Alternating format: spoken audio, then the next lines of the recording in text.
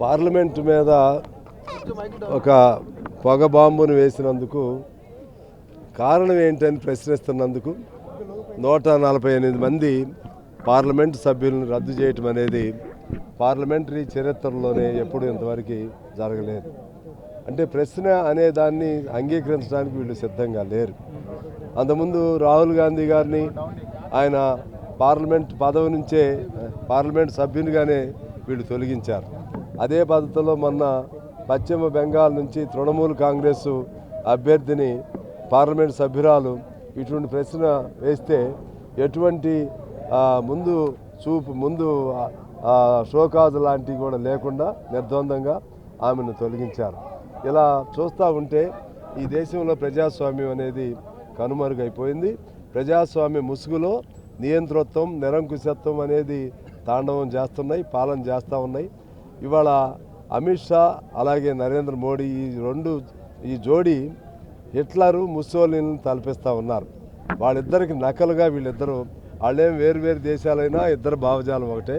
వీరు ఇక్కడ ఉండి అటువంటి కేవలం ఆ హిట్లర్ అనుసరించినటువంటి జాత్యహంకారం, ముస్సోలిని అనుసరిస్తున్న జాత్యహంకారం వీటి మీద పెట్టుకుని ఆ విధంగా ప్రశ్నిస్తున్నటువంటి వాళ్ళందరినీ ఇలా గొంతు నులవటం అనేది చాలా అన్యాయంగా ఉంది.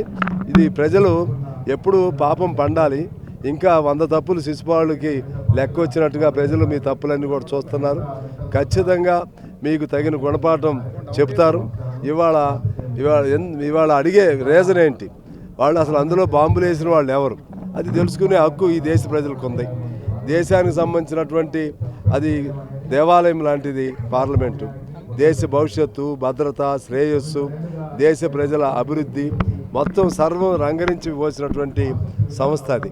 ఆ సంస్థ మీద దాడి చేస్తే కూడా దాన్ని ఎందుకు జరిగిందని ప్రశ్నిస్తే కూడా మీరు తట్టుకోలేకపోతున్నారంటే మీరే కావాలని కుట్రగా చేపించారేమో అని అర్థమవుతుంది. మీరు చేపించారా, లేకపోతే మీకు వ్యతిరేకంగా వాళ్ళు ఎవరైనా బాంబు వేశారా, అవన్నీ బయటికి రావాలి. ఈ ముసుగులో ప్రజా వ్యతిరేక చట్టాలు మీరు పాస్ చేయించుకుంటున్నారు. ఇది ఎక్కడ ప్రజాస్వామ్యం? ప్రతిపక్ష సభ్యులు లేకుండా మీ పద్ధతులు మీరు చేయటం అనే దాన్ని మేము కమ్యూనిస్టులుగా దాన్ని ఖండిస్తున్నాం.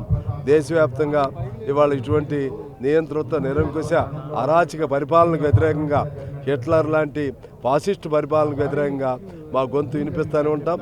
ప్రజలను సమాయత్తం చేస్తాం.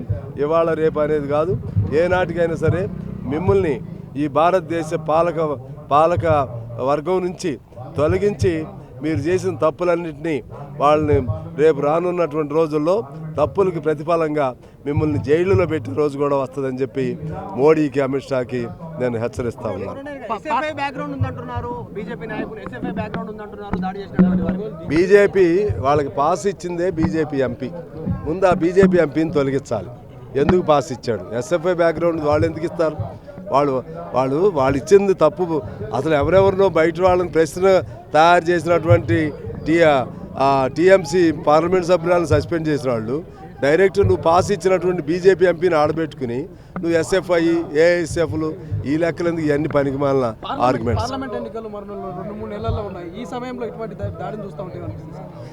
ఇది అంతా ప్లాన్, ఇదంతా కుట్ర. ఇదేంటంటే ఫోకస్ అంతా కూడా డైవర్ట్ చేస్తూ, ప్రజల సమస్యల నుంచి డైవర్ట్ చేస్తూ టోటల్గా దేశ భద్రతకి వీళ్ళు ఏదో కాపలా కాస్తున్నట్టుగా, మరి దేశ భద్రత కూడా ఫెయిల్ అయినట్లే కదా వాళ్ళ ఆలోచన. అయితే ఎన్నికలను డైవర్ట్ చేయాలనేది వాళ్ళ ఆలోచన.